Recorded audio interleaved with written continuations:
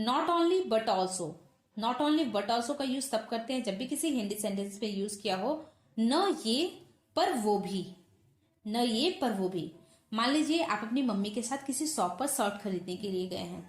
आपने की मम्मी ने आपके लिए 2 शर्ट चूज किया है, तो आपको दोनों शर्ट पसंद आ गए। उन्होंने बोला था किसी एक को ले लो, आपको दोनों ही पसंद आ गए, तो आप अपनी मम्मी को बोलते हो नहीं मुझे ये पसंद है बल्कि वो भी चाहिए। तो आप उसे कैसे बोलेंगे? I want not this only but that also. तो आप उसे इंग्लिश में नॉट ओनली बट ऑल्सो के लिए यूज करेंगे।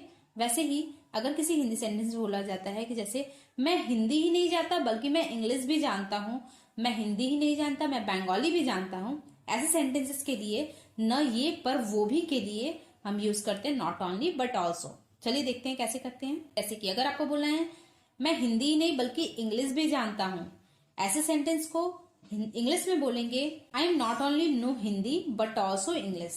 आई am not only no Hindi but also English, या फिर I am not only no Hindi but also Bengali.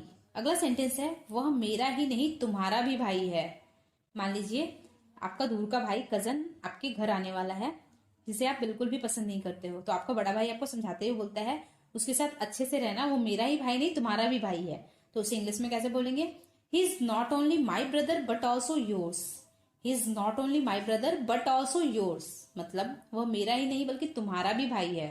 अगला जो कंजंक्शन है वह है वेदर और।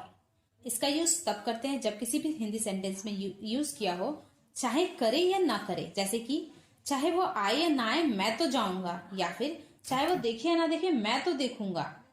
जैसे कि मान लीजिए आपको किसी पार्टी में जाना है, आपका बेस्ट फ्रेंड आपसे पूछता है क्या तुम चलोगे, तो बोलता है कि चाहे राहुल जाए चाहे ना जाए हम तो मैं तो तेरे साथ जाऊंगा। ऐसे सेंटेंसेस को इंग्लिश में बोलेंगे वेदर ही कम्स और नॉट आई विल गो, मतलब चाहे वो आए चाहे ना आए मैं तो जाऊंगा।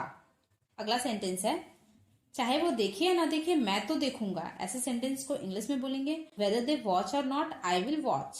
आई विल का भी यूज करेंगे तो वो समझ जाएंगे कि आपको वॉच करने के लिए ही आई विल का यूज किए हो। और पहले वाले सेंटेंस में भी आप ऐसे बोल सकते हो वेदर ही कम्स और नॉट आई विल, मतलब यहाँ पर कम के लिए खुद ही वहां पर गो लग जाएगा। अगला जो कंजंक्शन है वह है सच।